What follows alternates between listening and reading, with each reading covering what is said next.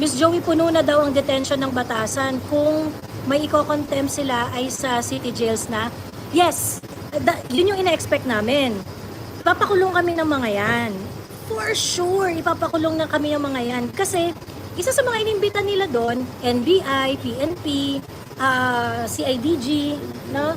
Pagkatapos, yung December 16 na ni Barbers, nanawagan na siya for the law enforcement to take action eh. Motu proprio investigation Motu daw. proprio investigation. So, ibig sabihin, pag nagkaharap-harap doon, may mga trump-up charges na yan. Kakasuhan na kami ng mga yan. Ipapakulong na kami ng mga yan. Oh, ready tayo, laban tayo. Hindi tayo magpapaapi. Kung matapang sila, mas matapang tayo. Kahit wala tayong armas, hindi tayo powerful sa gobyerno, wala tayong yaman, tapang at paninindigan lang sa tama yung natin armas, talagang hindi tayo aatras. Ang yabang nila, abusado. Patayin na nila kaming lahat pero hindi kami aatras. Naging congressman lang yung mga gago na yung putang ina nila. Ang yayabang na. Pinahiram lang ng mga tao sa kanila ang posisyon nila. Ang makapangyarihan sa Pilipinas, tayong mga tao. Kaya pakita natin sa kanila, hindi tayo natatakot. Kailangan nilang maalala ng kuya. Yes. Kailangan nilang maalala na yung kapangyarihan nila galing sa atin. 'Di ba? Yung kapangyarihan nila galing sa atin. So yun, like what I said earlier, ang tawag dito?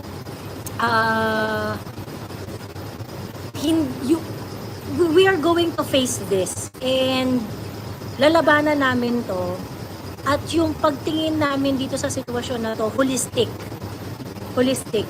So I hope in the next few days maintindihan nyo at makita kung paano namin to pinaghandaan. Ayan. We will have our justice. Ayan. So, ayan. Hi. Yes, at Ate Jen, Windy City, Chicago. Hello. Ayan. So, yun. Miss Joey, puno na daw ang detention ng Batasan. Kung may iko-contempt sila ay sa city jails na. Yes, yun yung ina-expect namin. Ipapakulong kami ng mga yan. For sure, ipapakulong na kami ng mga yan. Kasi, isa sa mga inimbitan nila doon, NBI, PNP, CIDG, no? Pagkatapos, yung December 16 na ni Barbers, nanawagan na siya for the law enforcement to take action eh. Motu proprio investigation Motu daw. proprio investigation. So, ibig sabihin, pag nagkaharap-harap doon, may mga trump-up charges na yan. Kakasuhan na kami ng mga yan. Ipapakulong na kami ng mga yan. Ganon. So, alam mo yun, syempre, kaming lahat, we have to protect ourselves. Kailangan namin mag-lawyer up. Kailangan namin, hahasilin kami ng mga tarantadong yan.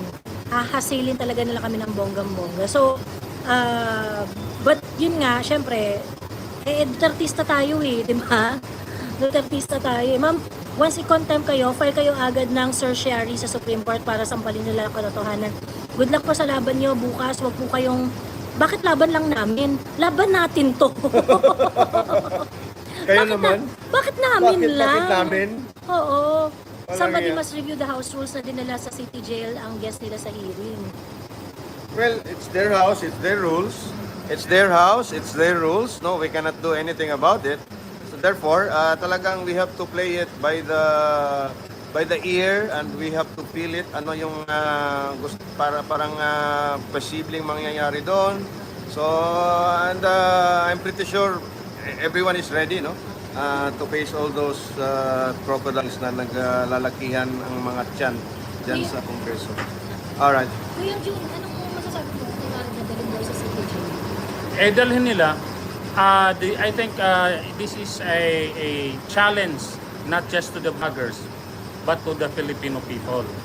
Kung walang mamarcha, walang lalaban sa unahan, di tayo na mga vloggers na ang message natin, hindi tayo matatakot. Iisa lang tayo ng buhay eh. Pero hindi tayo matatakot, hindi tayo atras. Lalaban tayo. Isa lang bansa natin. Isa lang, at saka hindi natin to laban lang. Laban ng mga anak natin, saka mga apo natin. Kaya, from Cebu, ako at saka si Ebi, andito kami para pakita sa kanila na lalaban tayo kahit saan, kahit sa anong paraan. Ay, mga tuso sila mga tuso, mayayabang, kasi sila yung nasa pwesto. Kaya darating ang panahon, basta ang importante magkaisa tayo, magsuportahan tayo. Kasi pag hindi tayo nagkaisa, iisa-isahin tayo. Yun lang message ko. Kaya abangan natin bukas. Hindi tayo mapa-intimidate na kuya. No intimidation. Ano ba? Sino ba? Hindi nga tayo na-intimidate sa mga putang inang nasa Malacanang. Yan pa yung mga tongresista na yan, voted by just less than 100,000. Putang ina. Intimidate my ass, you fuckheads. This is Lisa move daw kuya. Oh, parang Lisa mo. I mean, you know why?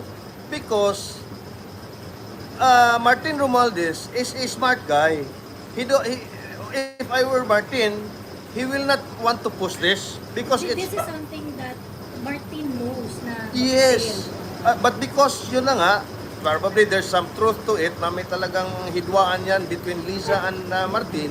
It's now Lisa's move talagang to push this para si Martin yung sisisihin. At parang ma-diminish yung influence at power ni Martin kasi you cannot hear and see Martin now, especially with the issue. Yung ano kuya no, yung Lisa being the one na yung invisible hand dito. It's written all over the Yeah, all over the place. Kasi, it has Lisa's fingerprints all over it. kasi yung bang you want to get what you want and you do not care kahit gumamit ka ng martilyo para patayin yung lamok. Tama. Yung mahilig siya sa overkill. Overkill talaga, no? Overkill. Overkill talaga, no? It's like cutting the whole trunk because there's one rotten branch. Yung parang ganun na approach nila, no? Parang ganun, no? And yun yung turkey design Tama, no? Diba? I mean, but again, the noisy 40 as I call them, as June calls them, no? The 40 SOCMED personalities. Siguro they would agree na bring it on. Bring it on. Oo. Ayun. So, open ka sa possibility ko yun din na hindi ka makauwi muna. Kung patay nila ako ngayon, bukas, handa na ako. Kasi kung lahat tayo takot na matay, wala tayong karapatan maging Pilipino. Dapat tayo, pangbaga, bigay na natin. Tayo mga vloggers, You think they will go that far na pepigilin nila yung as of the moment, I think they are blinded by money and greed of power. So they will do anything they can to either earn money or stay in power. Wala na tong mga utak, wala na tong mga moralidad. Iba na yung nila, pera-pera na lang. Kaya kung ganun ang kalaban natin, hindi na tayo dapat lalaban sa yung mga parameters nila. We need to stand up. Yung parameters of power nila is within the Constitution. Ibinalahura na yung Constitution Wala na tayong Bill of Rights. Ito na yung pinaka sacred right ng isang Pilipino ang magsalita. Kukunin na nila.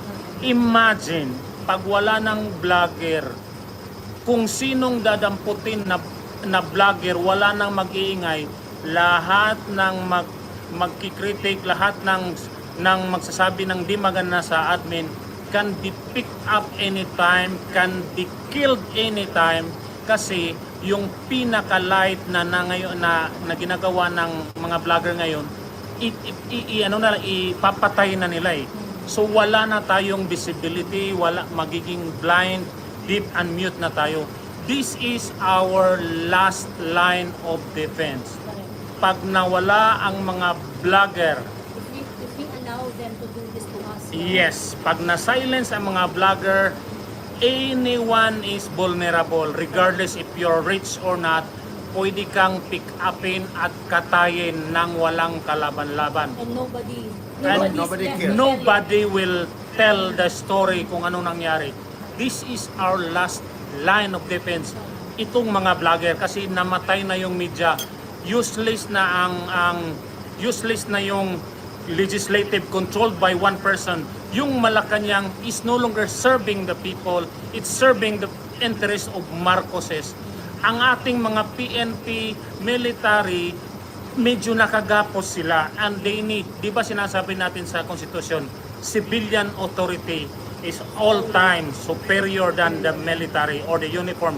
Now ngayon, the civilians in the person of the vloggers naglilid na. Sana naman sa mga sundalo natin, makinig kayo, laban ng bayang Pilipino to. Hindi ito laban ng vloggers. Kung uunahin kaming kakatayin, walang problema sa amin. Pero sana naman susunod ang mga may konsensya at may malasakit sa bayan dyan. Kunti lang to, 40 vloggers lang, madali itong pero hindi tayo basta atras. But we want the Filipino people, especially the uniformed, to wake up. Saan ang loyalty natin? Ang nakakadiri kasi pa na isa dito, their job is to guard our money. Nasa kanila yung power of the purse eh. 'Di ba? Their job is to guard our money. Anong inuuna nilang mga putang ina nila? 'Di ba? Anong inuuna nila? Uunahin nila vlogger? Putang ina niyo, hindi namin alam kung sinong nag-fill in nung mga blanco sa bycam. Dapat yun ang pinag-uusapan ninyo. Dapat yun ang figure out nyo ngayon. Pagkas uunahin nyo kami mga vloggers, ang kapal ng mukha nyo, 'di ba? Ayun. So anyway, dapat po may nakaabang ng abogado sa SC.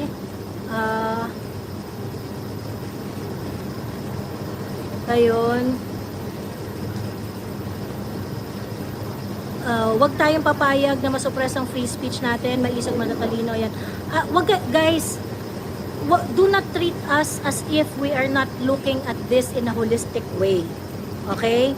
Do not treat us as if we're not looking at this in a holistic way. May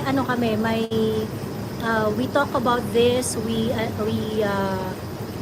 discuss this, and abang na lang po kayo sa mga susunod na aksyon.